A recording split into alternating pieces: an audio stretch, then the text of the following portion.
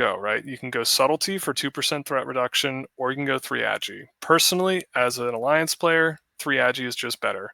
The 2% Cloak Enchant doesn't do enough on pull to change your gameplay loop. So you're just over the aggregate going to do less damage than 3 Agi. It's a pretty small enchant.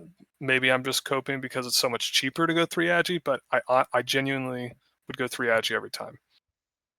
And dodge is not worth considering as a DPS warrior. Chest options, you have 100 health, viable, but it's 100 health. Remember, we talked about how 100 health has its issues, but 8 stamina, or rather 4 stats, it scales with DMT, it scales with ZG, it scales with Kings. So you might think like, oh, 40 health versus 100 health. That's not the case. 4 stats is actually 55 health versus 100 health. 4 stats is the only choice here. I talked about why strength is better than stamina. We'll get into more of that later. Also get Agi. I urge you to go 4 stats every time. If you're building your character efficiently and you're having the right items in every slot, 4 stats will beat out 100 health every time. Wrist options, I've given my opinion, 9 strength or 9 stamina. I think 9 strength for DPS warrior, no brainer. Hand options, we'll talk about this a bit more later. 15 Agi will eventually be better than 7 strength, but there are instances where 7 strength is better than 15 Agi. But we'll talk about that more later. And I recommend 15 agility for the warriors in this call. Boot options, 7 stamina, 7 agility. This one's a bit more difficult to say because Agi is not as good as strength. We'll talk about the exact stat weights a bit later. 7 stamina is perfectly viable because Agi is not as good as strength. Movement speed, you don't need it. You have a 2-hour ZG buff. You are playing for raid. If you're gonna put movement speed on a pair of boots, put it on a second pair of boots. Put your spurs. Movement speed boots are like spurs. They're for PvP. They're for PvP. PvP and walking through DMT. And weapon, there's only Crusader. It's the only option. Okay, let's talk a little bit about our 2 Fury specs.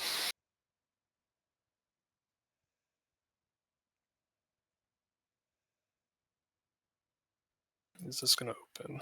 Okay. So we have the highest theoretical DPS output, improved execute. This is the juicer talent. This talent is extremely fucking good. Okay. Impale kind of really sucks quick, cock. Are you supposed to be streaming this? Because several times you've clicked on these and they don't actually open anything on your stream. Yeah, we just see the talents. Let me change to screen 2. That should work. Does this work better? Yeah. There you go. Thank you for mentioning that. That's good. I was mentioning this spreadsheet earlier. Yeah, I had a feeling you were showing something earlier too, and I was like, I'll just ask that, but I figured, you didn't realize so. Thanks, man. Okay, so Imp Execute is actually more DPS than Impale. Impale is fucking terrible. It's highest theoretical DPS. You should go it for highest theoretical DPS, but genuinely, it's not a very strong talent because it only works on Heroic Strike, Bloodthirst, Whirlwind, Execute. But it's good. It's good. Imp Execute is extremely powerful. We'll talk about Execute in depth later. But the main flex point that we'll look at here is getting this talent. It's called Unbridled Wrath. Okay? Doesn't say in game, but the truth is it's a 40% chance to get 1 rage when you deal weapon damage. So it's 1 rage. It's good. It's pure DPS from an execute point of view. You cannot say it does less damage. It can only help. But it's not a lot of rage. It doesn't equate to a lot of damage, and it's 5 points. And we will talk in depth later about how good Demo Shout is. This is an extremely powerful talent. I would highly recommend some warriors in the raid go this talent. We'll talk about Imp Demo a lot. I'm not going to go into these Fury prots, but I put them here. Let's move on. This is Abyss Warrior. Let's open it up to the call. Let's start with the helmet. What's the helmet? Anyone? Lionheart. Shoulders. Conch shoulders. Chest. Ribcage. Yeah. Plate A-bomb ribcage. Belt. Never ending. Yeah, belt of never-ending agony. That's good. Gloves. Annie. Edge Masters. Wrong. Annihilation. Annihilation. Yeah, I think someone said that. Goa. Yeah, they're Goa. Yeah. Hell yeah, the purple bug color scheme. All right, legs. Carnage. Yeah, the little clown legs. And what are the boots? Shadow Flame. The Shadow Flame. Okay, and of course the swords. No, the bracers, bro. You gotta ask about the bracers. Okay, all right. What are these bracers? See them right here. Right here. Even those weak wrists in line, you know. Yeah. Leather bracers from AQ. From X. No. No. Vengeance Sims one higher in this setup I did. They were close. It's all opinion. It's totally rounding errors. You can I'll go through each of the BIS item and their alternatives and their viable options. But yeah, Vengeance and then the swords. Let's quickly mention the swords. Brestle. And Hungry Gold. all right. Jeez. And who is this troll emulating? It's Wet Lips. Okay. Moving on. All right. So I was going to put more effort into this graphic, but fuck it. Arms, Fury, Prot. All right. Abilities and the rotation. Okay. The rotation is simple. You sunder if it has fewer than 5 sunders. We'll talk more about when to sunder and when not to sunder. You want a Bloodthirst on cooldown. You want to hit execute. You want a Whirlwind after execute. And then last prio is Heroic Strike. And if Battle Shot's about to fall, you do it with Excess Rage. You do want to fill globals with Battle Shot whenever you can. Because it only has the last 2 minutes, it will fall off periodically. I don't have a slide about common mistakes. I'll just briefly mention some common mistakes with the rotation. Bloodthirst is very easy to delay. There are so many abilities that Warrior has, so many buttons you can press, and there's so many situations to press all those buttons. It's so easy to make a simple mistake to delay your Bloodthirst by even like just a fraction of a second. But you really want to, there are all sorts of abilities that put you on global cooldown that will delay your Bloodthirst. And we'll talk about delaying your Bloodthirst, but the most common mistake is not to put yourself on global cooldown, but to starve yourself of rage. If you Heroic Strike too much, if you Whirlwind without thinking about the Bloodthirst that's coming up, you'll literally not have enough rage to Bloodthirst. Not having enough rage to Bloodthirst is the most common mistake I see new warriors making. You really want to control your Heroic Strikes. Think about how much rage you have at a given moment and make a conscious decision if you should Heroic Strike or not. Bloodthirst is a 6-second cooldown. Let's take a closer look. Oh, Sunder Armor. 7 warriors need to sunder a single target to have a 99% chance for it to have 5 sunders. This is extremely important for the raid's damage. It's extremely important for your damage, and I urge you to be one of the 7 warriors. If you're late to a fight and you see 5 sunders on the target, you don't have to sunder. You can fucking Bloodthirst it. It's okay. But try to be one of those first 7 warriors to the target, putting that sunder on. All right. Why is Bloodthirst so important? Okay. It doesn't have any base damage on it. It's not like Mortal Strike. It's not like does a % of your weapon damage plus 45. It says does instant damage equal to 45% of your current attack power. What do the world buffs give? Well, one of them gives 200 attack power. Another of them gives 140 attack power. ZG gives you like 100 strength. Like your attack power. Crusader gives you 100 strength. The other Crusader gives you another 100 strength. The amount of attack power you're getting in a raid, it's insane. You get up to like 3,000 attack power in fucking blue gear. It's insane how much attack power you get, and it just scales linearly with attack power. So it means nothing in the game can hit as hard as a Bloodthirst if you have enough attack power. Nothing is as strong as Bloodthirst. And if you have fewer than 9 casts per minute of Bloodthirst in an encounter, you need to look at your rotation. 9 casts per minute is what you should be looking for in any encounter. 9 casts per minute. You can use it at any stance, which makes it extremely good for tanking as well as DPS, which also makes battle stance an extremely viable stance to DPS in and doesn't inflict a 10% damage penalty on you. And it only has a 6-second cooldown. You can hit it as much as you can. But it costs 30 rage. That's a lot of rage. It's a big portion of your pool, and you only have 100 to work with. There's no way to increase 100. Whirlwind costs 25 rage and can only be used in Berserker stance. Makes it a lot worse than Bloodthirst just because of the Berserker stance modifier. It doesn't say this, but the way Whirlwind damage works is this formula here, which is your weapon swing, which is based off of like what it says on the tooltip, right? It says like 87 to 150 or something, right? This is what that weapon swing variable is.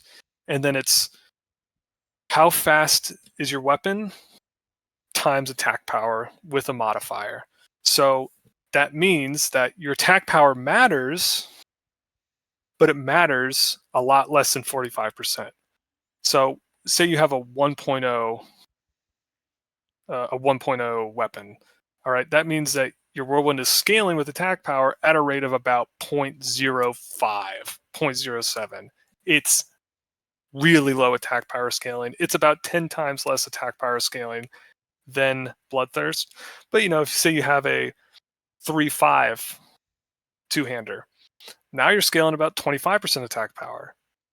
That's pretty good. It's about half of Bloodthirst. But that's with a giga two-hander. So even with a super slow weapon, Bloodthirst is scaling more than twice as hard as Whirlwind on a single target.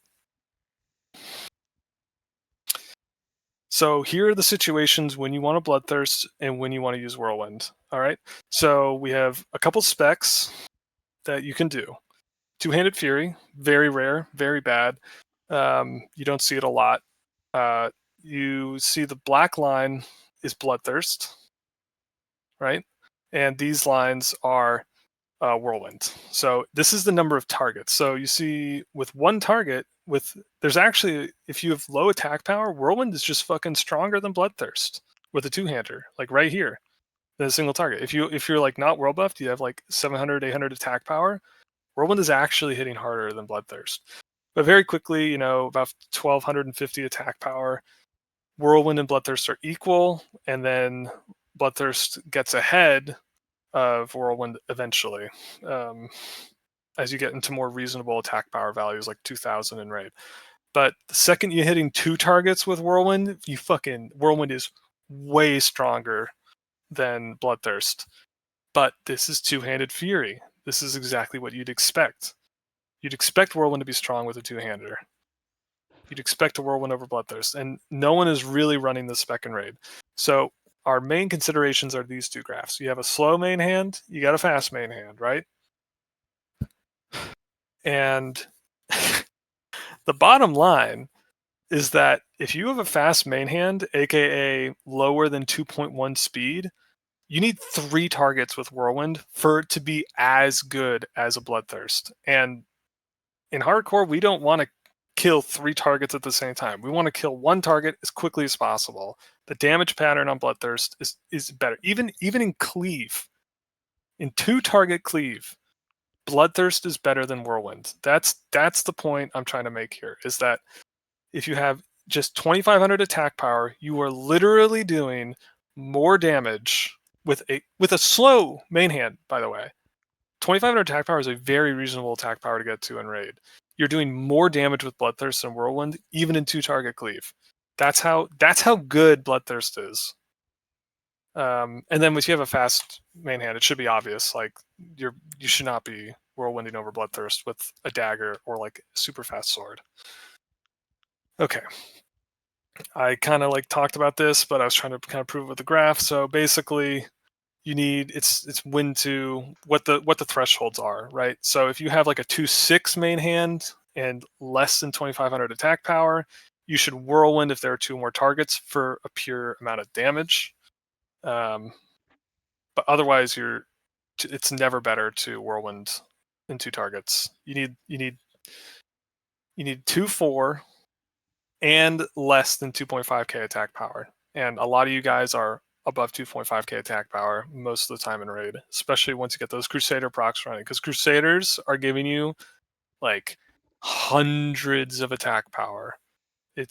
You should take a look at your attack power next time you're in raid and see how high it gets.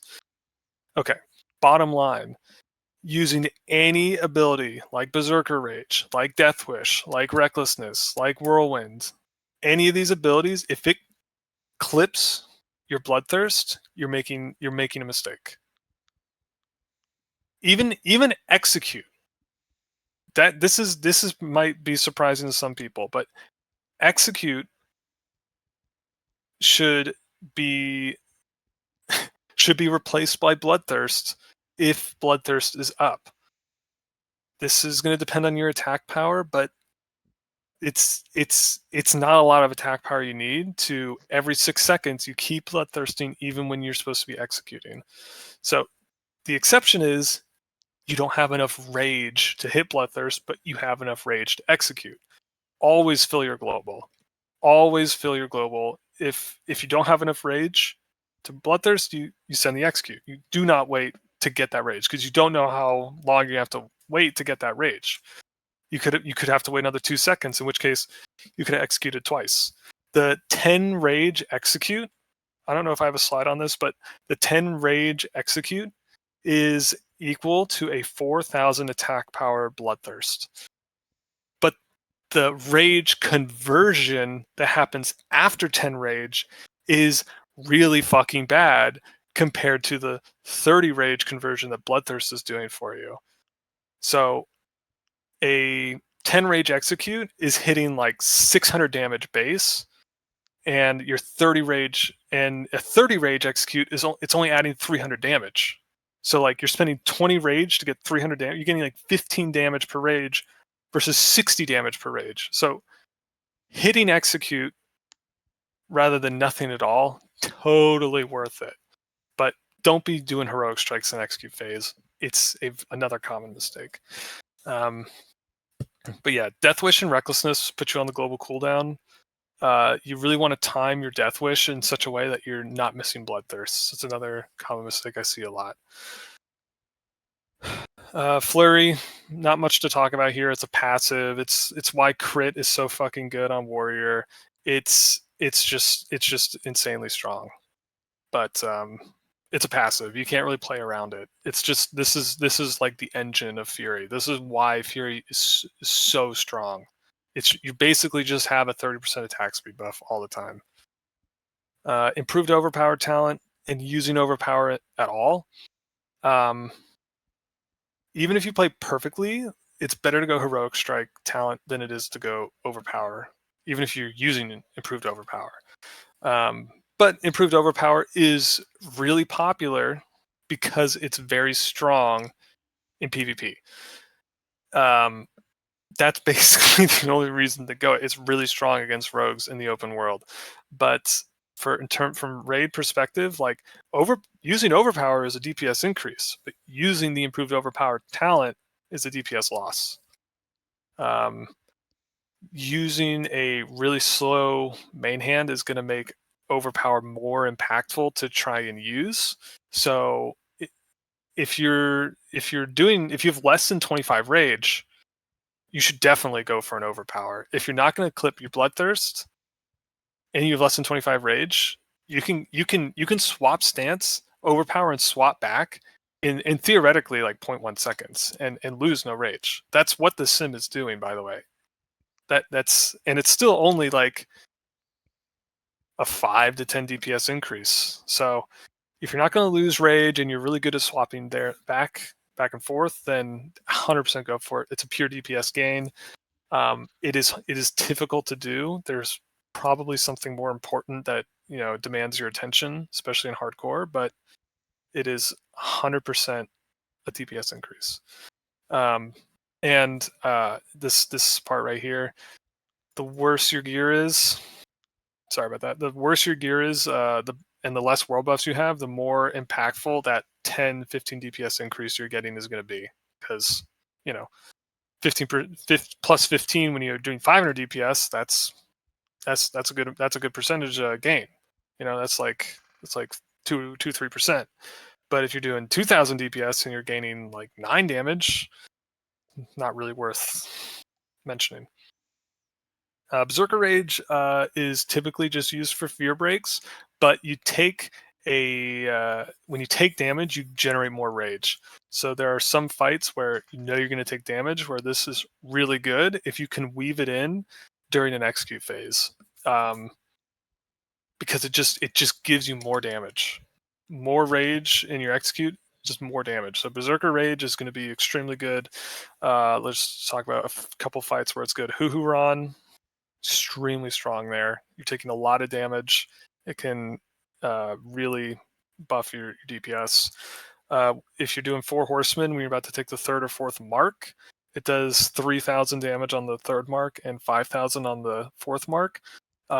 If you catch one of those marks with Berserker Rage, it's a huge amount of rage that you're getting. When you're in Fire Maw, when you're finishing Fire Maw and you're taking a lot of damage from the buffet, you can get a lot of damage from using Berserker Rage.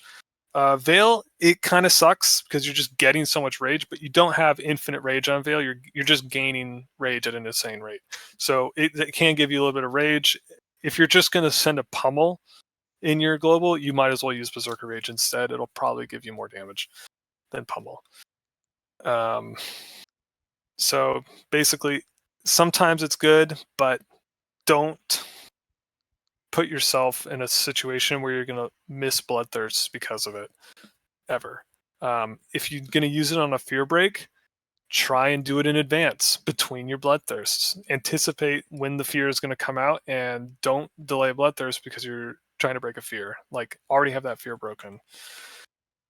I want to talk a little bit about DPSing and battle stance. DPSing and battle stance is actually only a DPS loss of about 50 to 100 flat. It doesn't even, it's like if you have really good gear, it's about 100 DPS loss. If you have really bad gear and no world buffs, it's about a 50 DPS loss. So the scaling DPS loss of DPSing and battle stance is not a percentage. It's actually kind of like a flat loss. And what is Berserker Stance giving you? It's giving you 3% crit. Well, we'll talk about how bad 3% crit is later on in the slides, but yeah, what it really does is allow you to cast Whirlwind. And as we talked about, Whirlwind kind of sucks too. Compared to Bloodthirst, it's not very important. So missing 3% crit and missing a chance to Whirlwind, Battle Stance can fucking crank very hard. You still gain everything else. You gain the ability to charge. You gain the ability to thunderclap. It is an extremely powerful stance. You gain the ability to overpower. It's really good, especially with Tac Mastery.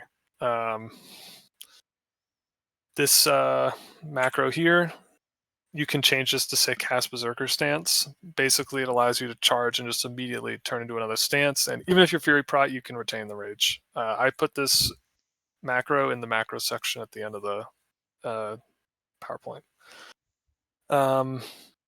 Yeah, if you're gonna do an encounter where you're just taking more damage, you should, in hardcore, you should really be thinking about being in battle stance if you know you're gonna be taking damage. Like, Berserker Stance causes you to take 10% more damage, and it's a pretty minor DPS loss overall. It's about 5% DPS loss in the aggregate. And someone's got to Thunderclap until we get Thunder Fury. Challenging Shout. This is an extremely powerful spell that Warriors have, but it costs 5 rage to use. It's not a lot of rage, but it's not free. Just remember, it is 5 rage.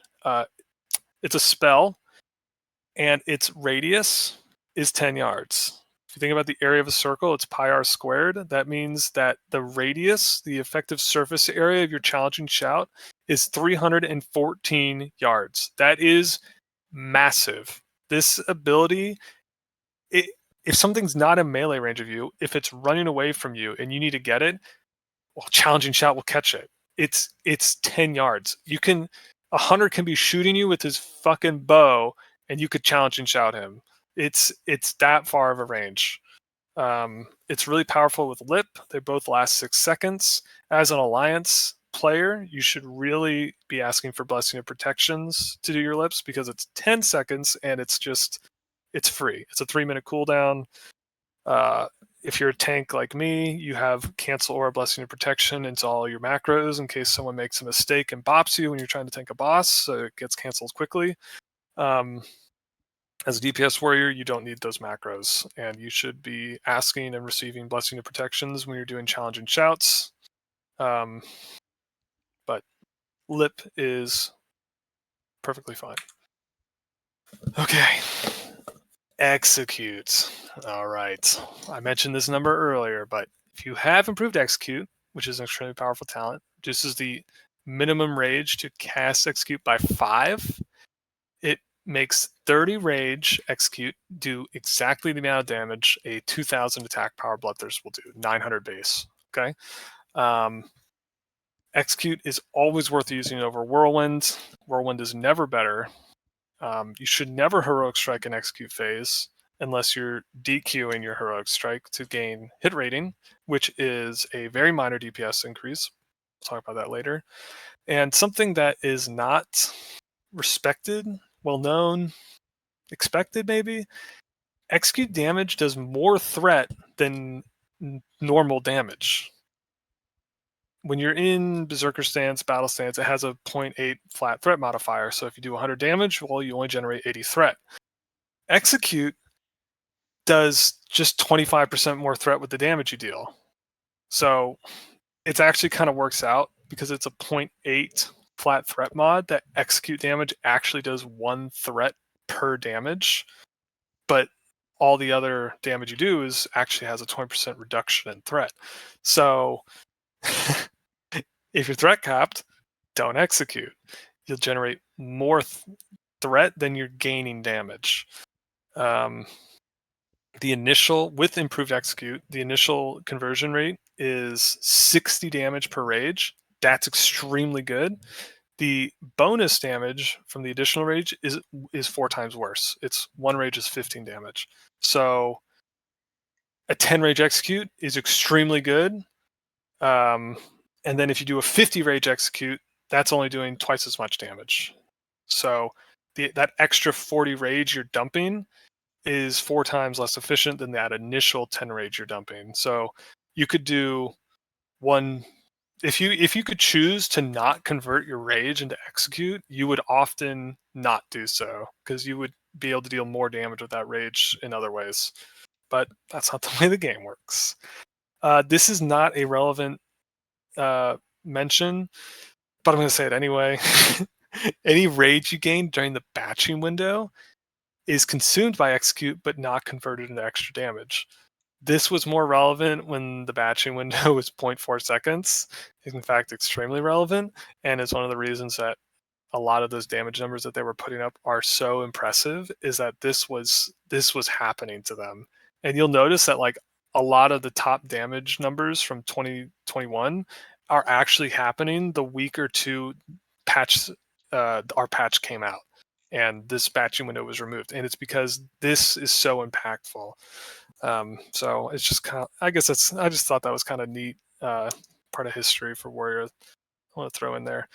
I think I said this number earlier, but a 10 rage Execute is equivalent to a 4,000 attack power Bloodthirst. It's that efficient damage per rage, and it only costs 10, making it better. But Execute doesn't scale with attack power at all. It's only rage. A level 56 warrior, I think that's the rank you get, rank 6 Execute. He can do as much damage with Execute as a level 60 warrior in full base, because Execute only looks at the amount of rage you have, the amount of armor the enemy has. It doesn't look at anything but your rage. So they clear up some misconceptions. Deathwish is a big reason why Fury Warrior is so dominant, and the spec is so specific. You need to get this talent. It has downsides, right? It has a 20% armor reduction, which is true, and it also says that it has a 20% like resistance reduction. But for some reason, that doesn't actually happen. Your resistances actually don't go down. I don't know why that works, but it says it does, and it doesn't. So whatever. So use it on Saffron, use it on Huhuron. You're not losing any spell resistance, even though it says it is. It is a 20% damage increase, and that's all, which makes it's kind of like a double DMF. So your executes, it's just 20% more damage. All the white swings you're doing, 20% more damage. I'm going to talk about the rage generation formula a bit later, but it's kind of simple. 15 damage from a white swing is 1 rage at level 60. So doing 20% more damage with your white swings means you get 20% more rage from your attacks, which means you have greater autonomy in the way you want to conduct your rotation. It's kind of a fight-by-fight idea on how you want to Death Wish, but generally you want to Death Wish in a way that is good for you, rather than just popping it when you see everyone else pop it. So my general suggestion is you want to Sunder, Bloodthirst, and then Death Wish, because I mentioned this before, you don't want to delay your Bloodthirst for any reason. So Death Wish lasts 30 seconds, right? Bloodthirst has a 6-second cooldown. 30 divided by 6 is 5. You can get 5 Bloodthirsts in your Death Wish. You should always strive to get 5 Bloodthirsts in your Death Wish. If you're not getting 5 Bloodthirsts in your Death Wish, you're missing out on a entire Bloodthirst most of the time. It's a lot of damage to be missing out on. You generally want to do it in the last 30 seconds, but because Bloodthirst is so strong, if you get 2 Crusader procs, you can just send Death Wish, and it doesn't even matter. It will work out just fine. Those 15 seconds of Crusader are good to go. It does cost 10 rage to use, but you can use it while you're feared, and it breaks fears during its duration. And something that's really fucking badass about it is you can use it in defensive stance, so it's like really good for tanking. Recklessness, it raises your critical strike by 100%. So you look at your character sheet, next time you wreck, you're at like 150% crit. It's fucking crazy. But major downside, it just increases the damage you take by 20%, and it can only be used in Berserker Stance. Berserker Stance has a 10% damage taken mod. Recklessness increases the damage you take by 20%. These are multiplicative, so you're actually taking more than 30% increased damage taken when you're in this state. It's closer to 40% increased damage. So you will take a lot. Any damage, just 40% more. Like getting crit by a boss in this state, instant death, anytime. Even the simplest, easiest boss, this can kill you. Being Berserker Stance. It does break fear, not very important. 30-minute cooldown. Something to note, if you're paying attention, you'll actually see you don't crit everything when you're in Recklessness, which is because it doesn't affect your glancing chance. Your white swings still glance at a 40% rate even when you're in Recklessness. So don't be surprised when you pop Rec and you're seeing non-crits on your white swings. It's because of glance. Glances cannot be converted into crit, even when you're at 150% crit. It's global cooldown. Don't delay your Bloodthirst using Recklessness. Recklessness lasts 15 seconds. 15 divided by 6, that's 2. You should be getting at least 2, preferably 3 Bloodthirsts in your Recklessness. I think you can get 6 Bloodthirsts in your Death Wish. Is that right? 1, 7, 13, 17, 23, 29. It's pretty tight. Hold on. 1, 7, 13, 19. No, it's still 5. 5 Bloodthirsts in your Death Wish window. That's all you can do. In a 15-second window, you can do 1, 7, 13. You can get 3 in Recklessness. Yeah, you can't get 6 Bloodthirsts in Death Wish, and you can get 3 Bloodthirsts in Recklessness. you get a shit ton of rage when you're wrecking. You get so much rage. So you should have no excuse to not be bloodthirsting 3 times in your recklessness period. Missing out a single bloodthirst is so bad. So bad. So you want to use this when so think about do a mental experiment. You actually only have 13 and a half seconds to make decisions with bloodthirst, right? So you need to have recklessness in such a way where bloodthirst is up right away. You're 1.5 seconds in the recklessness, you're hitting bloodthirst, right?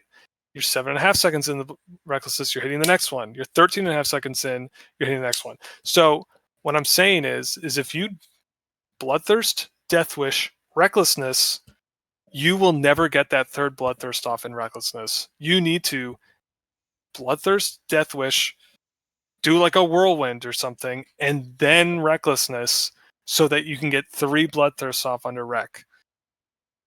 Otherwise, you're only going to get 2. If you do, I already said it, so let's move on. You don't want to be doing recklessness where you're going to be taking damage ever. Unless you're going to be in defensive stance. You mitigate a lot of this damage penalty you're inflicting on yourself by being in defensive stance. If you're going to be in berserker stance and use recklessness, you better not be taking any damage, or you're just going to die. You definitely want to use recklessness 1.5 seconds before bloodthirst. Anytime between 2.9 seconds and 1.5 is the ideal time to recklessness. You don't need to get too exact about it, but that just know that that's optimal. Yeah, right here. This requires you to use recklessness when bloodthirst is available in the next 3 seconds. Okay. Using recklessness is kind of fucking dumb. I'm gonna be honest with you. There are very few times where you actually should use this ability.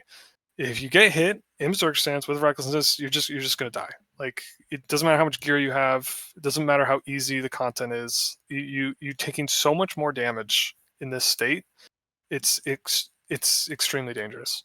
But there are times where it's correct. Absolutely. If there's a threat drop, don't use rec. It's that simple. If there's any mechanic in the encounter that you're doing that has anything to do with threat drops or threat reduction or mind controls, you just don't use recklessness. It's not worth it. Okay. Let's look at this parse from a number 1 warrior on Era playing Patchwork. Okay. He didn't start the fight for 5.5 seconds. He was 5.5 seconds late to the fight. Okay. His first global was Thunder Armor. I don't think you can see it, but his first global was Thunder Armor. His next global was Bloodthirst. Then it was Whirlwind. Okay. 13.5 seconds. He does another Bloodthirst. Let's look at what happens here.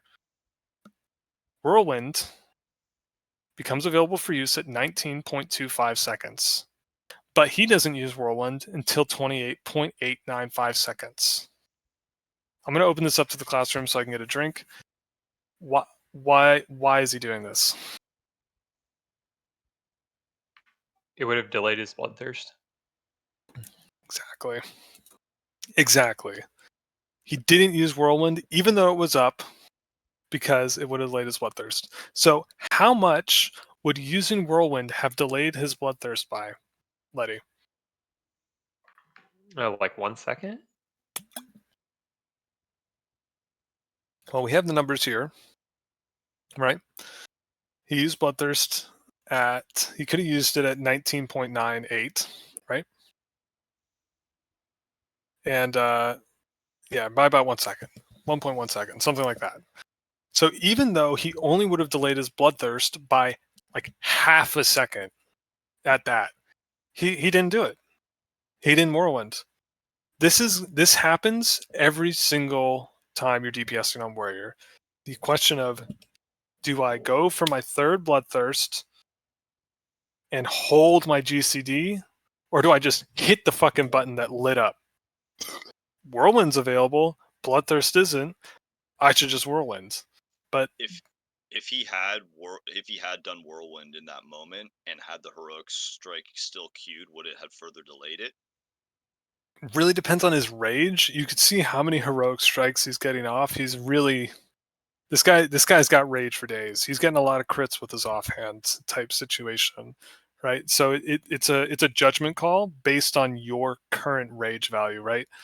Hamstrings or Heroic Strike's going to cost about 12 rage, and Whirlwind's going to cost about 25, and you need 30 to Bloodthirst. So if you, it doesn't even matter like how much rage he had. You just but it's like this situation happens so much. So it's like, do I hit Whirlwind because it's up and Bloodthirst isn't, or do I just wait for the Bloodthirst to be up? And the truth is you wait for the Bloodthirst to be up, even though you're only gaining about half of a second on your Bloodthirst, right? Anything that delays Bloodthirst is generally bad. I just want to mention that he is 5.5 seconds late to this fight. He does not DPS until almost 6 seconds into the fight. He probably doesn't even fucking attack until 6 seconds into the fight. His first global is Fetish of the Sand Reaver. And this is the top DPS anyone ever did on Patchwork. He's using a 0 DPS trinket. And he didn't start for 6 seconds. And this is the best anyone ever did on this fight. So, don't be afraid to wait 6 seconds to fight a boss. You can still be number 1 in the world. Alright, moving on. Shield Wall. This ability, it's strong. It's strong, but it only lasts 10 seconds. It's a 75% damage reduction from anything, but it's short. It's a global cooldown. You need a shield to turn it on. If you don't have a shield on, putting your shield on puts you on global cooldown, which means you cannot shield wall for another 1.5 seconds. You also have to be in defensive stance to use a shield wall. So if you're dual wielding in Berserker stance, you are at least 1.5 seconds, and probably more because you're human, to popping a shield wall. But we'll talk about how to swap to a shield in combat later. But basically, you just do /stop cast. It allows you to stop queuing your Heroic Strike, instantly equip your shield. At that point, you're on a global cooldown, but you can change stances while you're on global cooldown. Stances have their own rogue-like cooldown of 1 second. And you can pop shield wall as quickly as 1.5 seconds while dual wielding Berserker stance. But it's it's a lot of buttons. It's a lot to do. And one macro is not going to get you there. Macros are not the answer. Just doing your keybinds is the only way you'll get it off quickly. Once you've popped shield wall, you don't need to keep the shield on. You can go right back to dual wielding after using shield wall, and that is what you absolutely should do when you shield wall. You should just start dual wielding, because there is nothing to be gained once you have a fucking 75% flat damage reduction going. Like that's gonna do it for you. That's all you really need. Intimidating Shout is not good in raiding. If you could unlearn it, you would. All it does is get used when you're mind controlled and fear the fucking 4 people. It sucks, but you probably learned it. I learned it. It's fine. Don't keybind this, in my opinion, just so you don't accidentally use it. You can use it in any stance, and the initial target cowers instead of running. So it can be used on as an interrupt if it's only hitting one target. Like if someone else gets mind controlled, you can fear them. I didn't mention this, but it costs 20 rage, which is kind of a lot. It's kind of a lot. 20 rage is a lot for something that doesn't do any damage. So yeah, even when someone gets mind controlled, use Magic Dust. Don't use this ability. It costs too much rage. It's a global cooldown. Just use Magic Dust. It's so much stronger. Let's talk about buffs and consumes. The buffs. We got paladin buffs. It's your responsibility, not the paladins, to have a paladin buff. All right. If you want kings, you have to ask the paladin who's responsible for buffing kings to buff you with kings. If you don't have it in fight, just whisper them. You can type /PP blessings in game with the paladin power add-on to find out who is responsible for your buff. and you should absolutely whisper them. If a paladin doesn't have paladin power, just let the raid leader know, and they'll be kicked instantly until they get it. This add-on is absolutely required for paladins to raid. It's expected that they have it. You should get it too to see who is responsible for buffing you, and you should be the one making sure you have salve. You should have an add-on to track if you have salve, and if you don't have it, you whisper. Don't mention. You don't say, "I don't have salve" in raid. You find out who is supposed to do it for you, and you whisper that person, and then guess what? They fucking put it on you. It's very simple. Okay. Bop is OP. Alliance is OP. This is news to no one. But you can't attack while you have it. So it kind of sucks for that reason. But it can save your life. This is why Lip AoE Taunt is kind of preferable, just from a damage point of view. Like, you can't attack while you're bopped, but like, it's a very, like, you're only Lip AoE shouting on trash, so you don't really need to worry too much about doing reduced damage because of bop. Something to mention is that you can do spells while you're bopped, so you can taunt and challenge and shout, but you can't mocking blow.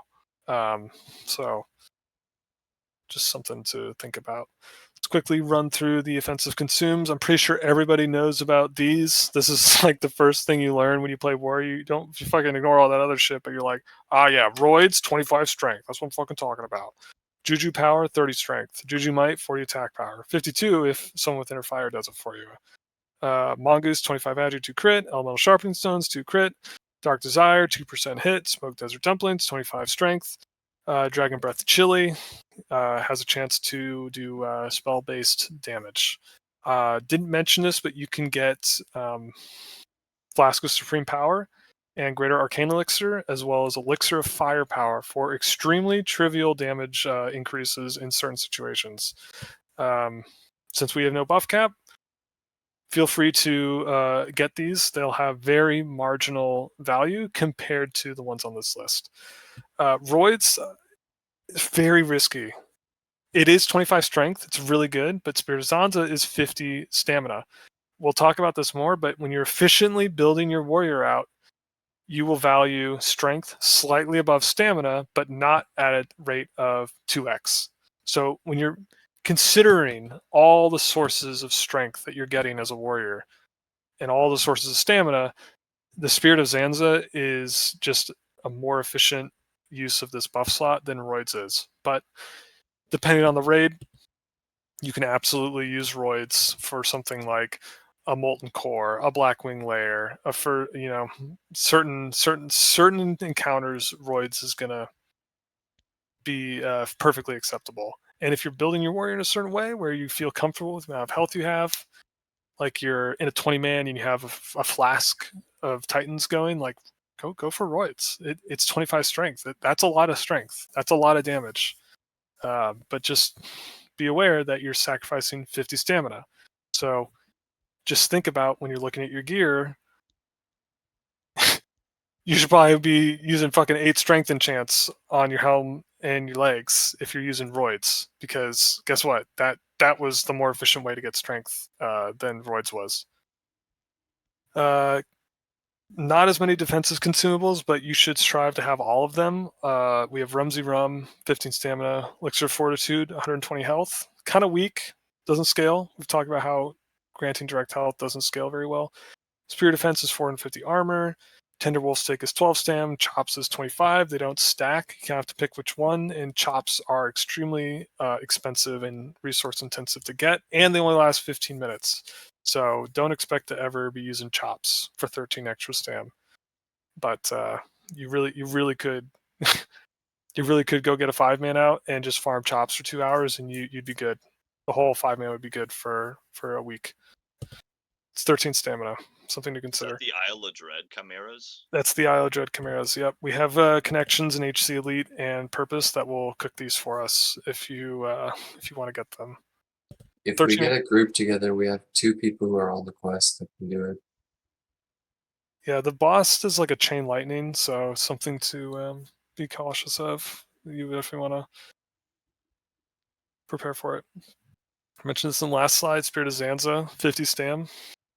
we talked about how good stamina is because it scales with 3 different things: Kings, Moxie. I'm sorry, it's Moxie, Kings, and ZG. So it's actually 25% more stamina. It is like 13 extra stam, so it's like 63. Flask of the Titans. We talked about how health scaling bonuses are not very good.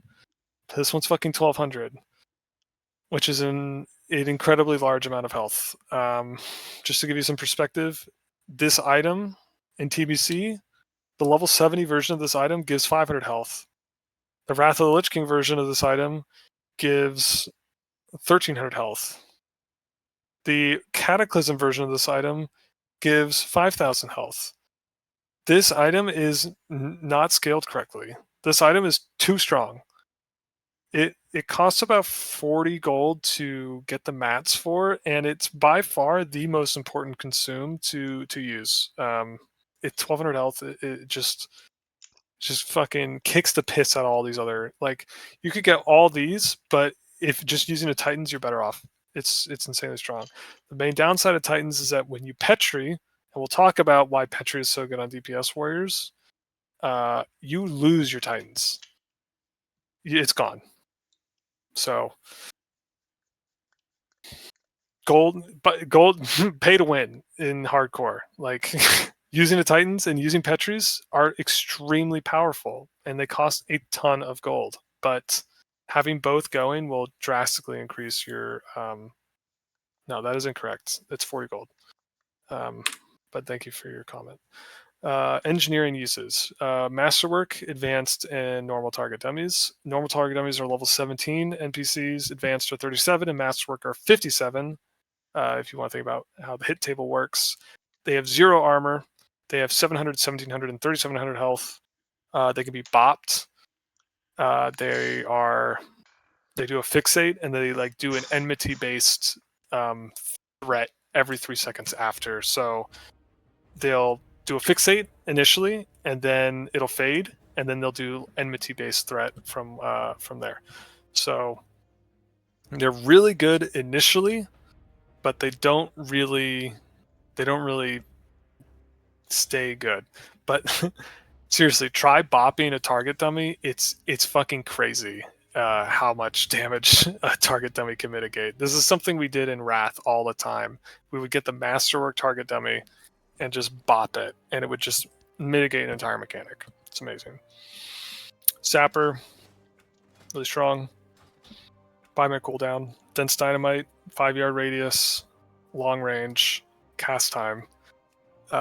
When you use Dynamite, it puts Sapper on cooldown, and when you use Sapper, it puts Dynamite on cooldown, but only on its own cooldown. So Dense Dynamite will put Goblin Sapper on cooldown for 1 minute, and Goblin Sapper will put Dense Dynamite on cooldown for 1 minute. So it all works out. Let's just talk about a couple cool items. Torch of Holy Flame. You can use this in your offhand to reduce armor by 50 on the target. Strat Holy Water scales with spell power. It has a shared cooldown with Dynamite and grenades, but yeah, if you're using like Flask of Supreme Power and Greater Arcane Elixir, this item just goes fucking crazy with the damage it can do, and it has a 10-yard radius. So we talked about 10-yard radiuses with the AoE shout. Dynamite, I don't know if you can visualize the Dynamite in your head, how big it is. Stratholme Holy Water is twice the radius, which means it is, well, the way area works, it's about 4 times as big. MRP, it has a variable amount of rage it's going to give you, and it has a 60 strength buff, but it does put all your other potions on cooldown for 2 minutes. The best use of MRP is not to be like, I fucking rage charge myself using Heroic Strike. Let me get the 60 strength buff, and then I can Bloodthirst because I fucked up. Like, you just use it to turn that 45 to 75 rage into an execute. You take all like 50 or 60 of that rage, and you just turn it into extra damage at a rate of 1 to 15. let's look at the graph here. Okay, breaking it all down, you can see that just using it for the rage gives you like a 950 flat damage increase. So that's like less damage than using bolts from Strat Undead on like 6 targets. So, and this is the best use of it. So it's kind of dog shit, honestly. It's pretty bad. It's giving you like less DPS than like DPSing in like battle stance. So it is optimal for damage. If you're going for most damage, it is good. But I would say that what makes MRP good is tanking, is giving yourself rage when you don't have any to have a really strong opener on a boss as a tank. Using it for damage is it just doesn't add that much damage for you because it's 60 strength but only for 20 seconds. The rage you get, you're best off turning it into an execute, and you're only getting 1 to 15 conversion on that rage. So 75 rage times 15, or let's do 50 times 15. It's a bit more obvious. You're gaining about 750 damage, and that's the you're gaining about 500 damage from the strength buff, and you're gaining about 900 damage from the rage component on an execute. So 1300 damage total. It's literally like using bolts on an AoE pack. It's good. It's the most damage you can do, but it puts your potions on cooldown. I would rather use a stone shield if you think you're going to take damage. 2000 armor scales pretty linearly on your expected physical damage reduction at about around 11%. If you have 0 armor, if you have 17k armor, you're still reducing the damage you're taking by about 10%. That's until your armor cap, which I think is 21,000 armor. Just put it simply, if there's a threat drop mechanic, don't ever use MRP. Ever. Don't ever use it. If there's anything that does threat, if there's a mind control, threat reduction, threat elimination, tanks getting crowd controlled in any way, just don't use MRP. Use this. Use the lip. It will you can attack while you're lipped. That's why it's so fucking good.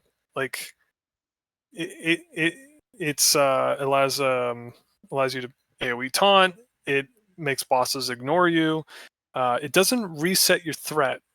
You can still gain and pull threat after the lip, but 6 seconds is a lot of time for a human to make a decision.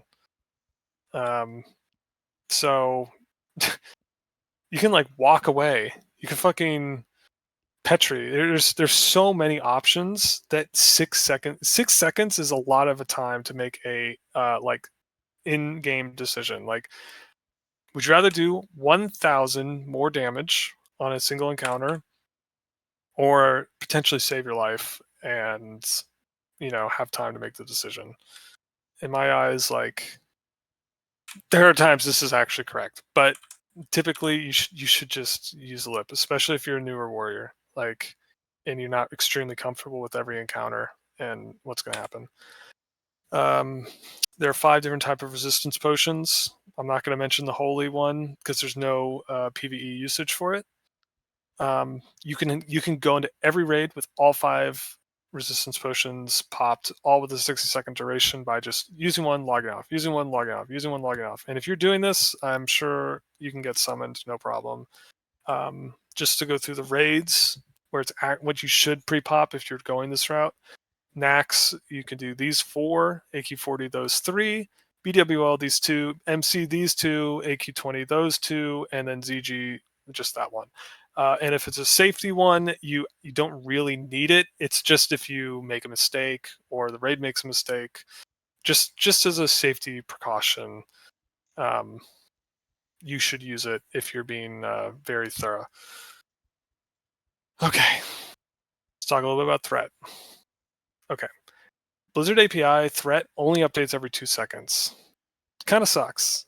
There is a add-on I link at the end that will give you your threat that you have done since the last threat update. So like it says, oh, I'm at 2000 threat.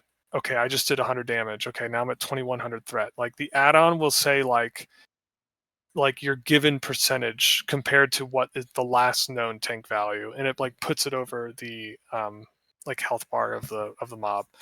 I saw Ampy use it. I don't use it personally because I don't DPS, but because you only get an update every 2 seconds, it's really good. It gets really good.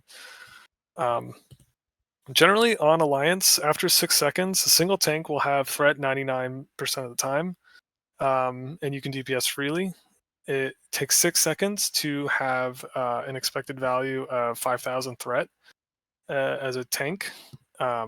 Basically the second Bloodthirst. That second Bloodthirst reduces a lot of variance for the tank. And even if they both parry, they both dodge, well, you had a lot of heroic strikes that went off because you got the rage refund from Bloodthirst not connecting. You had a lot of rage to do heroic strikes, which have extremely high accuracy, which results in extremely consistent amount of threat after 6 seconds where you hit 2 Bloodthirsts. So with Blessing of Salvation, you're basically good to fucking go after 6 seconds. You don't even need to worry about it. Those initial 2 seconds, though, high variance. Global threat. Blood Rage generates global threat because it generates resource.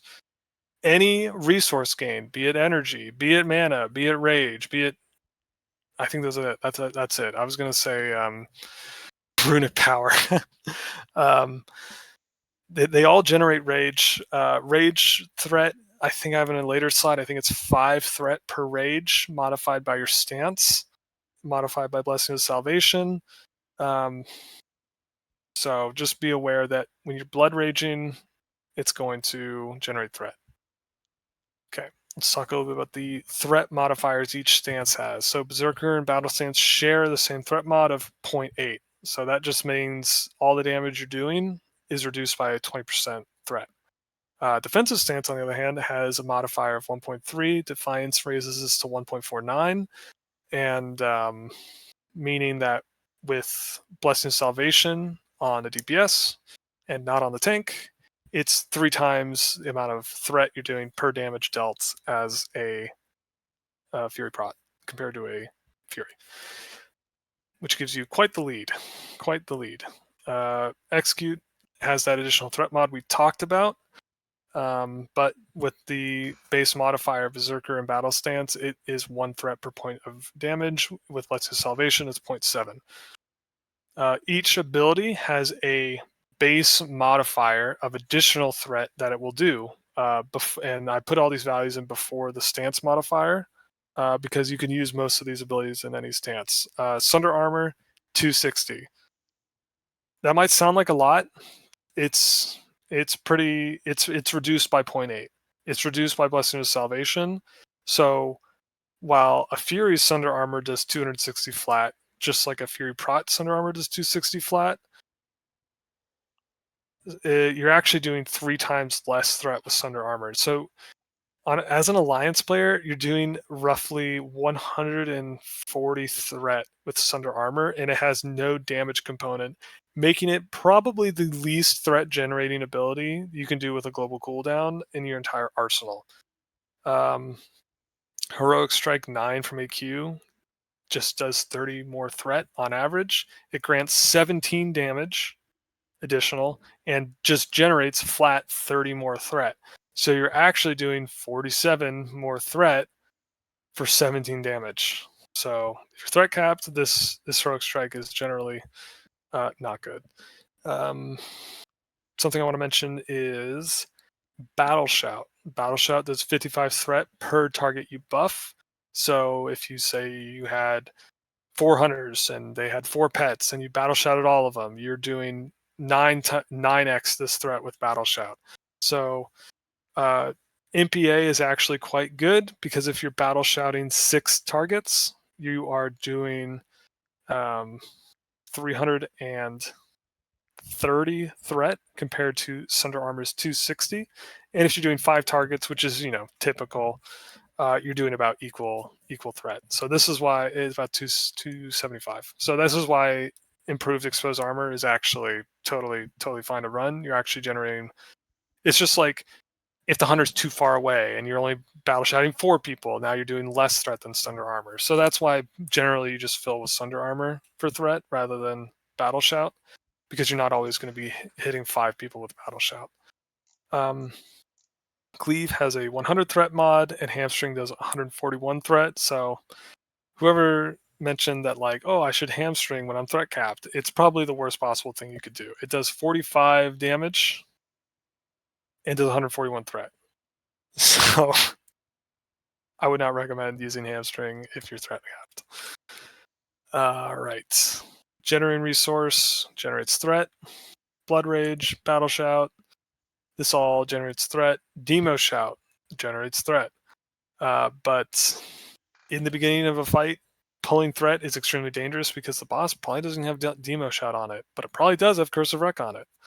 It's something to keep in mind, because a Warlock's first global is their curse. A Warrior's first global. How many Warriors in this call are doing Demo Shout first global? I could tell you, it's fucking none of them. None of them. None. I mean, many should. Honestly, many should. We might make that adjustment, but with the Curse of Wreck on it and no Demo Shout and no Screech, that's a very dangerous time to be tanking the boss. And it's also the most sensitive time that you could pull threat. All right. Let's talk briefly about mind controls. Sometimes we just have to do a fight where there's a mind control.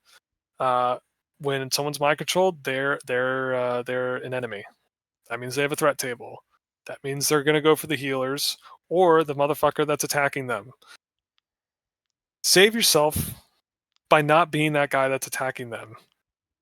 Just put the magic dust on them with this macro. It works really well.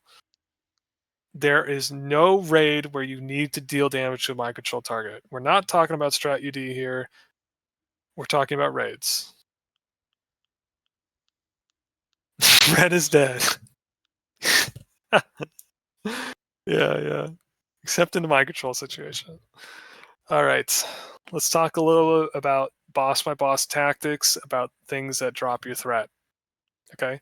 We have some things that reduce your threat by a percentage. We have some things that just completely drop threat on a main tank. We have all threat is reset all at once on everyone. And then we have the last situation. It's not really a threat drop, but it's like that, where you just get hard CC'd on a tank, or it's a mind control, a stun, a disorient, something like that. A lot of the time, or fear. A fear is a big one that we don't really respect because we have fear ward, but fears, when I mean crowd control, it means like, I CC'd you, I'm going to attack somebody else. That happens on a lot of fights where the threat is retained, but because they're feared, because they're disoriented, because they're mind controlled, they're going to attack somebody else. These are the times you're going to die when you're a good warrior. Like if you're really good at warrior, like this is how you die. You die on a threat drop. Generally, this is how you're going to go, or a disconnect. Okay. First situation, reduction of threat. There's not a lot. There's Molten Giant, there's Nyxia, there's Broodlord, and there's the 4 Horsemen. Not a lot of people know about the 4 Horsemen one, but every time you get a mark, it reduces everyone that gets the mark's threat on that target by 50%. It doesn't really matter, because generally when you go in on a target, you're going in and killing them, and you're not leaving. But if you're tanking in the back, you're tanking Zeliak, or you're tanking what's her face, Blameau, French one. She could just reduce your threat, and she's going to the second tank. That's something that can happen. So just be aware that you need to pump threat.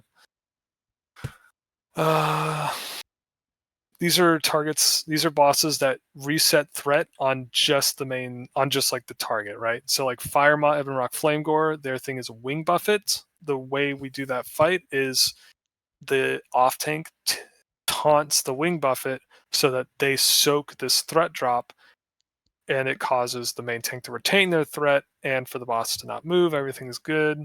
But if the main tank gets wing buffeted, that's a full threat drop. It's going and hitting the next person on threat. Don't let that be you. The Chromatic Draconid on a Bronze Affliction does a threat drop mechanic where it drops the main tank.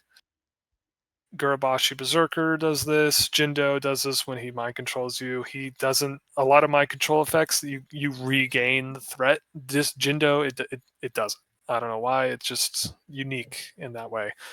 Karaji Slayer, they will drop threat on the main tank. So if you're second on, if you're assigned to be one of the warriors tanking a Karaji Slayer, you should seek to be second on threat so that when it drops, it goes to you. It doesn't go to a healer.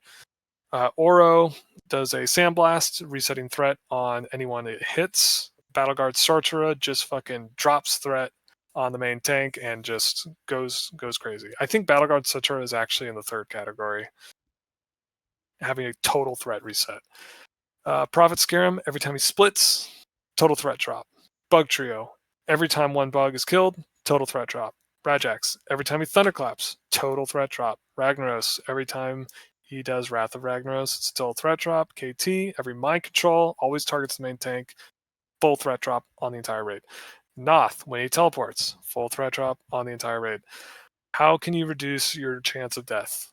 You want to have 2 or more tanks holding their rage, holding their GCD, and their Bloodthirst cooldown, so it hits right after this threat reset. You want at least 2 tanks doing this. It greatly reduces risk. There's a just the way the statistics works out, 2 or more tanks hitting a Bloodthirst, a Whirlwind, and an offhand swing all at the same time has a very high chance of being enough threat to hold this mob. To reduce your risk, you can keep your potion cooldown available to use Lip and be very cautious to attack a boss after it's had a total threat drop. If tanks are playing correctly, you can typically DPS after 2 seconds, and you see that numerical number on the API, 2k. You're good to go. Kel'Thuzad and Noth are one of the only ones that can't be taunted. So a lot of the times our tactics on this is to just taunt lock it and move it away so the threat doesn't even matter. But KT and Noth, they cannot be taunted. So you have to be more cautious on these fights because there's no tank fixing their error. They can't just taunt. That's not going to work. They need to have pre-pop Death Wish and hold their GCD. Okay, there's a couple fights that incapacitate the main tanks. Stalag and Fugan, they throw the tanks in the air. Assyrian, he does a 10-second stun, breakable by damage. Hakar mind controls, dogs stun. Sometimes they disorient. Bronze Chromatic Draconids, they spin you. And Nefarian can fear you, which we don't see that a lot because of Fear Ward, but it is worth mentioning. Bug Trio also fears. Gluth also fears. That's why Fear Ward is so important, is because if the tank were to be feared, it would drop threat on that tank and it would attack the next person on the threat meter. The main tactic is Fear Ward or have 2 tanks. And have a designated tank, preferably wearing a shield. Not that important to be wearing a shield. Stone shielded, in defensive stance with Demo Shot on the target, ready to pick up, ready with last stand, ready to go. Okay. Some fights, you're just gonna have threat drops. Let's just ignore all this shit and just talk about Oro, just because that's the most relevant example. You need to stay 3rd or lower on threat at all times on Oro. If you find yourself 2nd on threat, you need to make a decision about what you're going to do. On Oro, it's actually quite simple. Oro can't attack you if you're out of melee range. If someone is in melee range, it will attack them. If you're top on threat and you see Sandblast coming and you're 2nd and you see that guy's all you need to do, take a step back, be out of his melee range, and it doesn't even matter. Doesn't even matter that you're 2nd on threat. It'll just attack the next person on threat. So if you're third on threat, it could still attack you because the person who was second on threat walked away. So just because you're low on threat on Oro doesn't mean you're safe.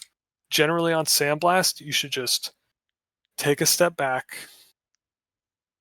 and play it safe. You can pump as much as you want on Oro, as long as you don't overtake primary threat and you take a step back. It's pretty straightforward. Just be aware that when you go back in, they get smack you. Lip delays pulling threat, but it doesn't reduce your threat. Blessing of Protection makes it so you can't pull threat, but you also can't fucking attack. So that's not great. But sometimes it can save your life. Petri Flask in general resets your threat. It will always reset your threat on the add-on, but it doesn't actually always work. It works on almost every fight. On every fight that we do, it does work. But if like a bunch of people are using Petri, weird things can happen. Like if the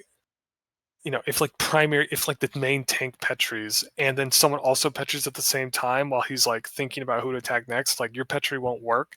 It's kind of like a really nuanced situation. So and on the add-on, on the threat API add-on, it will always work. And then it might do this weird bug thing where like the boss didn't know you were on his threat table at the exact moment you Petried and then didn't actually drop threat. It's a very, very wonky coding, but most of the time Petri's going to drop your threat, and it's extremely fucking good because of that. Basically, you should Stone Shield if you think you can survive the hit, and you should pre-lip or save your lip to survive. You don't even want to be hit once. If you anticipate that you're going to get killed, like just lip before you're going to get hit. Something that a lot of expert warriors did in 2021, they just fucking stone shielded and they just became the tank. They were like, fuck it. Like, I pull threat on this fight every week. I'm just going to wear my tanky gear. I'm going to stone shield. And it's like, oh, I pulled threat on, this is what my buddy Vu did. Oh, I pulled threat on Glooth. Oh, heal me. Like, we're not really in this situation, but just be aware that you're basically one stone shield away from being a tank, one stance swap and consumable away from being a tank yourself. Just listen to the call. Okay. Oro, second on threat, use lip. Yep. Okay. Let's do some examples so I can stop talking for a little bit. All right. What should you do if Ragnaros says, "Taste the flames of Sulfuron," and then your main tank says, "I got knocked," or "My Bloodthirst got dodged." "Oh, my time resisted." What should you do? I'm blasting. I'm blasting. You're dead. Yeah, I'll see ya. Yeah, well, I'll see you. I hope you dodge. Yeah, I hope you got a dodge. Taunt the boss? No, back out. Back out. Yeah, back out's the answer. Yeah. The answer I was looking for was don't go in yet because you're already backed out. But same result. You're still, you've backpedal away. You're good. Okay. Here's another scenario. General Rajax just did Thunderclap, and Mocking Blow is on the target for 4 more seconds, and he's at 20% health. What should you do? Send the lip. Dude, we're fucking pumping this fucking guy. We're fucking cranking him. And then when that fucking Mocking Blow debuff expires, we're fucking sending the lip and we're fucking shitting on this guy. We don't give a shit. This guy's gonna die. This guy's gonna die in the next 10 seconds. No doubt. We have full coverage. We're fully safe. We're fucking sending it on this guy. Okay. Noth just teleported. What are we doing? Waiting for tanks to pick it up. Yep. Spam and escape, baby. We're hit spam and escape. We're looking at the threat meter. We're looking for a numerical number. We're looking for it to say 2,000 threat. It says 2,000 threat. Going in. 4K, a 4K Bloodthirst. That only does 1.7k threat. We're good. That will hit the sapper. Yeah, well, that's a tank. If you're a tank, you hit Sapper. All right, let's talk kind of quickly about trinkets. These are the trinkets that you should use in general throughout the game. If your trinket isn't on this list, it's probably like Nifty Stopwatch or you're blundering. I meant to put Nifty Stopwatch on this list, but I forgot about it. I don't have a slide on these pet trinkets, so let's talk about them now. There's 4 pet trinkets that I could think of. There's the Arcanet Dragonling. It's really good.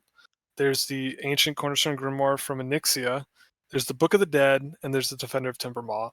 This is a 10-minute cooldown. This is 15. This is 15. This is an hour. And there's also like a bunch of summons from seasonal events with limited on uses. I didn't really put these. Barrow, Peasant Collar. Yeah, there's the Barov Peasant Collar. It lasts. These ones last a minute, and the Barov Peasant Collar only lasts about 15 seconds. So what's really good about these trinkets is that you can use them and then swap them, and like you're still good, right? You're still getting your efficacy out of your trinket, but Barov Peasant Collar kind of doesn't last very long. Yeah, so like Barov is only really useful for Huron if like Mhm. like 5 people pop it, and like all of the melee move back slightly. They'll eat the Yeah, it'll just get. the volleys. Yeah, but they only live like 1 volleys, and it is good. It's absolutely good. And It's more for like the sleep volleys at whatever percent. that's good. I didn't think about that. Yeah, the sleep volleys are really annoying. There are kind of 4 classes of trinkets, and some can kind of have properties of 2 at the same time. There's pet trinkets, which we were talking about. There's static trinkets that give a flat buff. There's the offensive on-use trinkets, like Ramstein's Lightning Bolts or Slayer's Crest, or the fucking engineering trinket, the Goblin Mortar. Don't use that, by the way. And then we have utility trinkets, which are kind of a class of their own, and I I call them utility, but I think they're kind of the forgotten category, especially by Blizzard, because the way they work is extremely overpowered, and they probably shouldn't work this way, but they do. Let's go through the offensive trinkets. Just general rules for how you want to use trinkets. You want to have 1 slot be like your strongest static trinket generally, and then your second slot is just like a rotating situation of like whatever trinket you have available. Diamond Flask, Earth Strike, Ramsey's Lightning Bolts. You're just cycling through all your good trinkets, right? And you're just using them on cooldown. That's generally the how you're going to get the most damage. Your static trinket. This is where you're going to replace it with a utility trinket. Like we'll talk about that later. So usually you still want to use your on-use offensive trinket slot, and then your utility trinket is going to replace your static one. So we'll see an example of that later. On-use trinkets they're just always going to be stronger than static trinkets if you're choosing the right one. There's no pure static trinket in the game that's stronger than, like, say, Diamond Flask. Like, DFT is worse than Diamond Flask in certain fight durations, like usually. And if it's worse, then Earthstrike was better, or Chamgabar. Static trinkets are things that have flat bonuses, like and sometimes an on-use trinket has both a static and an on-use component, so it kind of has properties of both. Static trinkets are really popular. People really like static trinkets because you don't have to work very hard to get use out of it. You can just have it on all the time, and it's working, right? So static trinkets are in general going to be extremely expensive in GTKP because they are so low effort to use effectively. The most powerful static trinket is Mark of the Champion. You get this from KT. It works on demons and undead, and it's the best trinket in the game on many fight durations, notably Patchwork. Anything longer than 9 seconds, it's the best. Drake Fang Talisman is probably the second best static trinket in the game. But if you use an on-use trinket properly, it's typically going to do worse. This is probably the easiest trinket to get from Raid because it drops so frequently from BWL, which is a very safe raid to run on hardcore.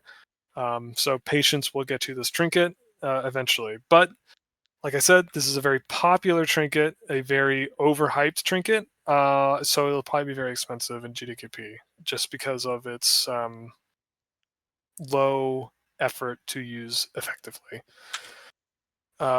Common argument, Black Hand's Breath, or do I use Hodge? So a lot of the ancient texts, Fight Club, say use BHB because Hodge was bugged until the end of Classic because of the batching window, where if you got a Wind Fury proc or a Sword proc, I guess it doesn't really matter for Alliance, Hodge didn't work, didn't do anything.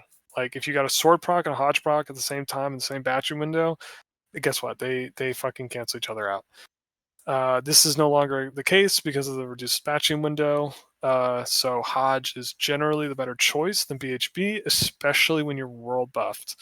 How much crit you have really dictates which trinket is better. Something like losing Songflower can actually change the needle on which one is better. So ultimately it comes down to they're pretty close. And you can't really go wrong with either of them. They're both very good. Seal the Dawn is really, really good. Against an undead mob, it's about as strong as Drake Fang Talisman. That's kind of how good this trinket is. So think of it as your DFT. So if you use an on-use trinket effectively, it's going to be outperformed, but one of your trinket slots should generally be a static trinket, so don't go too hard on DFT if your goal is doing max Rammus damage. Counterattack Lodestone. You see this mostly on Hunter bots because you can just fly hack DMT to get this. Parry's good when you're off tanking, but generally it's kind of useless for DPS. It's only 22 attack power. It's good for tanking, but honestly, you might get more DPS out of a nifty stopwatch than a counterattack lodestone just for uptime. I put this slide in here. This trinket sucks ass because it procs once every 2 minutes. If it procs more, it'd be good, but it hardly ever procs, so I wouldn't use this trinket. Offensive trinkets. These are the on-use ones. Let's look at them compared to the static trinkets. Okay, so we have Seal the Dawn. This is right here. Mark of the Champion, that's this orange line right here. And the way these axes are, this is the amount of attack power you're getting. And this is the fight duration. So this is 3 minutes, this is 2 minutes, and this is 1 minute. So let's look at 1 minute. This is a very typical, most fights in Classic are in this 20 to 60 second window. So you actually see Jom Gabar is the strongest trinket for a 20-second fight, but it quickly falls off as quickly as 50 seconds into the fight. It's already worse than 4 trinkets. But there is a period where it's the best trinket that grants attack power.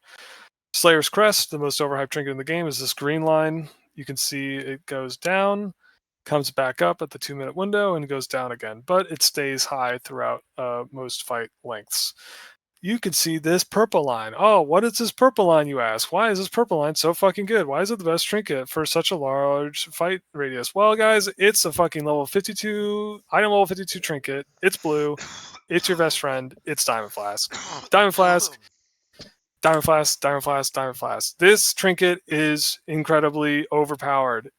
I hope you didn't pick Razor Steel Shoulders from the quest reward. God, I hope you didn't pick Razor Steel Shoulders. If you don't have Diamond Flask, get this trinket as quickly as you can. Something that people don't really think about, Diamond Flask actually puts you on the global cooldown, so don't delay your Bloodthirst using it, but maybe pre-pop it. Maybe use it before the fight. Maybe Bloodthirst and then Diamond Flask. But generally, like, you might just want to pop it in advance. Like you don't want to be on GCD when you're using Flask. No trinket in the entire game has a 6-minute cooldown like Diamond Flask, except for like the pet trinkets and like Ramstein's Lightning Bolts. I think Ramstein Lightning Bolts actually has a shorter cooldown than Diamond Flask. It lasts a minute, which is longer than any trinket in the game. Like any unused trinket lasts 20 seconds to 15 seconds. Diamond Flask is just fucking 60 seconds. It's out of this world. It's crazy good. Even in full bis, you're gonna still use this trinket because sometimes Kiss of the Spider or Slayer's Crest will be on cooldown. So get used to using this. It's extremely good. No other trinket really works quite like Diamond Flask in the game. Its existence itself is kind of a bug, so you're gonna need to practice to get good at it. Just simming it. This is a 60-second encounter on the sim. You see that Kiss of the Spider, still the best trinket, but Diamond Flask a close second, better than Mark of the Champion, and then you have all the other trinkets in the game.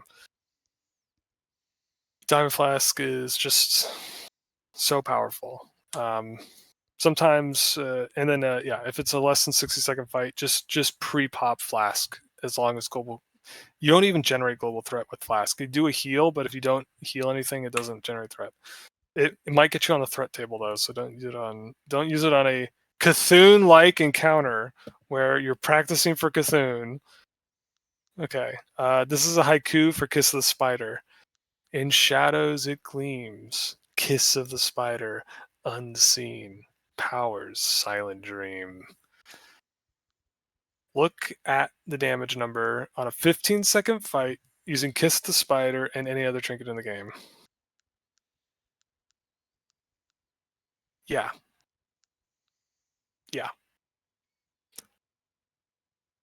That's how good it is. That's how good this trinket is.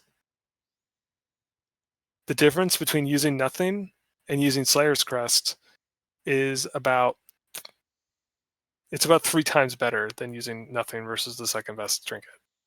That's how disgusting Kiss of the Spider is for a DPS warrior. This trinket is by far the best trinket in the game. It shits on every other trinket. It's not close. If you are spending gold at a GDKP, this is the life savings item. This is the item. This is the all-on red item. It's so strong. Slayer's Crest. I don't really want to talk about this trinket. It's good. It's good, but it's a 92 item level trinket, and it's off Saffron, and it's extremely rare off Saffron. It's less than 1 in 5. I think it's 1 in 6, and it's just not that good compared to the other trinkets. It's about equal to Jam Gabar, which is also surprisingly weak for how its item level is. But if you can get it, it's very good. If we look at the chart, you see Jam Gabar is actually the strongest attack power based trinket you can get on a 20-second fight. So it has its place on certain encounters. Earthstrike, it's good. It's definitely worse than Diamond Flask, but it synergizes really well with Death Wish and Recklessness, which really increases its effectiveness, because even though Diamond Flask gives strength, which scales, and Earthstrike gives attack power, which doesn't scale, its synergy with doing 4 Bloodthirsts in that 20-second window is extremely powerful. A lot of warriors have died trying to get this trinket. Don't be one of those warriors. This trinket sucks ass. If you have this trinket, you're trolling. You probably also dropped heart at the wrong time if you have this trinket. It's purple. That's about the only positive thing about it. Even with Kiss of the Spider, there are situations where you would take it off and put on another trinket. Cycling offensive trinkets is a very high level thing to do as a warrior, and it's something that we look at when loot counseling trinkets. Like, this is probably the most number one thing to look at is how many trinkets you actually used throughout your run. How many Ramstein Lightning Bolts did you use? How many Diamond Flask uses did you get out? If this guy had 4 and you had 9, that speaks volumes to your efficacy as a warrior. Using Diamond Flask more times than other warriors is something that we look at. It's something that shows skill and shows effort, and it's really hard, and it takes practice, and it takes like visualization of how you're going to conduct yourself in the raid, of when you're going to use which trinket. But in general, just make a queue it up, and fucking use them on cooldown. Utility trinkets, there's not a lot of these, but Eye of the Dead, Hibernation Crystal, Badge of the Swarm Guard, Fetish of the Sand Reaver, Life-Giving Gem, and Xandalern Hero Charm, which is the armor trinket from the heart. What do these all have in common? They don't have a shared cooldown. So you can not use Slayer's Crest and Jam Gabar at the same time, but you can use Fetish at the same time as Jam Gabar. You could use Fetish at the same time as your Badge of the Swarm Guard. You can use Fetish when you use Life-Giving Gem. They just are different. They just don't have a cooldown. They're extremely powerful because of that. So anytime you need health, Life-Giving Gem doesn't care if you're on GCD, doesn't care about anything about than if you're incapacitated. It just grants you health, gives you a heal. It's fucking sick. Fetish of the Sand Reaver, best trinket in the game for a lot of reasons. It gives you a 70% reduction in threat, which stacks multiplicatively with Blessing of Salvation and your stance modifier. When you use Fetish of the Sand Reaver up, you do about 10 times less threat than a tank. If you pop a lip into your Fetish, you cannot pull threat at such a low rate that it's not worth considering. 1 in a million is a very low percent chance, and it basically is 0. If you it's so low, it is 0. So if you just fucking lip Fetish, you doesn't matter. Nothing matters. If your tank is playing correctly, it doesn't matter. This trinket lets you attack immediately with lip. That's how this trinket works. That's why it's so good. And if 2 tanks are fighting for threat, which we don't do, which I wouldn't recommend doing, it's 1 in a trillion, which is, really low.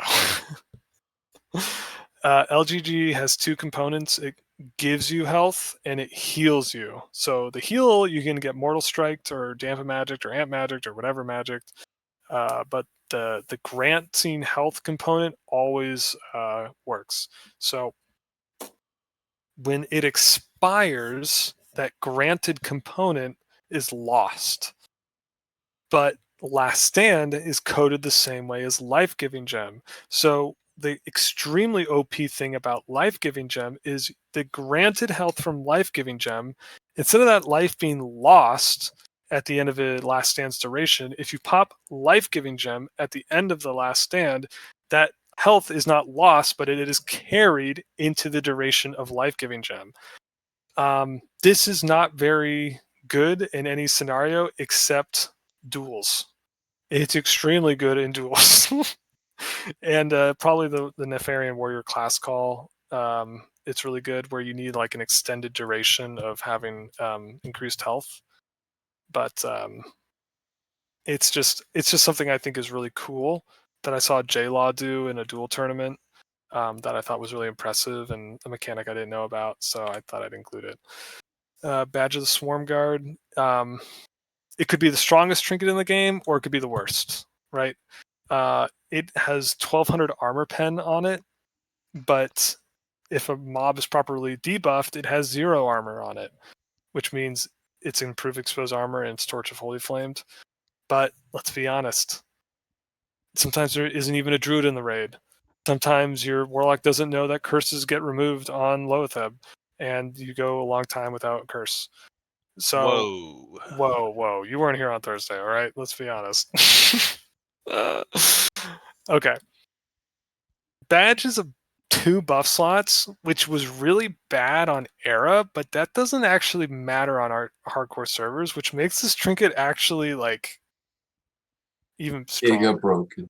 It's actually broken. Yeah, so like a common thing you wanted to do was you wanted to use Badge plus Diamond Flask plus Recklessness, get 2 Crusader procs, get crit, fucking pop Berserker Rage. Like you just have like 12 buffs, right? like you're pushing something off on era, but you're not on hardcore. Like this opener where you pre-flask, you go into Battleguard Sartura and you fucking Badger the Stormguard with Death Wish and Recklessness. You just do so much damage. You're just cutting through. You're cutting through these mobs as if they had 5 Sunders. Any 20 man you're doing where there's no Druid, this is the best trinket to use on bosses. Or no Warlock, use this trinket. But if a rogue is doing exposed armor, this trinket actually worthless on a single target. It does 36 armor pen rather than 1200 on the face value.